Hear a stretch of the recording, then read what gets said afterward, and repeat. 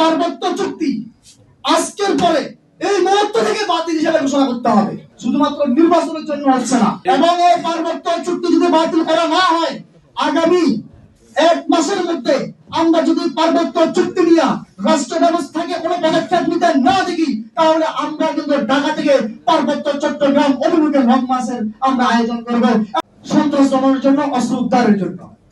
কিন্তু সেটা তো হয়নি। তো যখনই হয়নি, চুক্তিতে দুটো দিক থাকে, একটা আমি মানবো, একটা আপনি মানবেন। তো আপনি যখন মানছেন না, আপনি যে মুহূর্তে মানেন নাই, সেই মুহূর্তে পার্বত্য চুক্তিটা শেষ। এই চুক্তি আর নেই।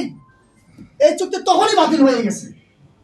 তো যখন এই চুক্তি বাতিল হয়ে গেছে, আমাদের রাষ্ট্র ব্যবস্থা কেন জানি এই চুক্তিটাকে এখনো ঝুলিয়ে রেখেছেন, সেটা আমরা জানি না।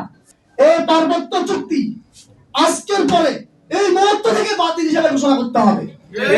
যদি পার্বত্য চুক্তি বাতিল ঘোষণা করা না হয়, আমরা নির্বাচনের জন্য, কর্নেল হক ভাই বলেছেন, আমাদের অন্যান্য সামরিক কর্মকর্তারাও বলেছেন, শুধুমাত্র নির্বাচনের জন্য হচ্ছে না, অন্যথায় দেশে বড় ধরনের আন্দোলন তৈরি হবে।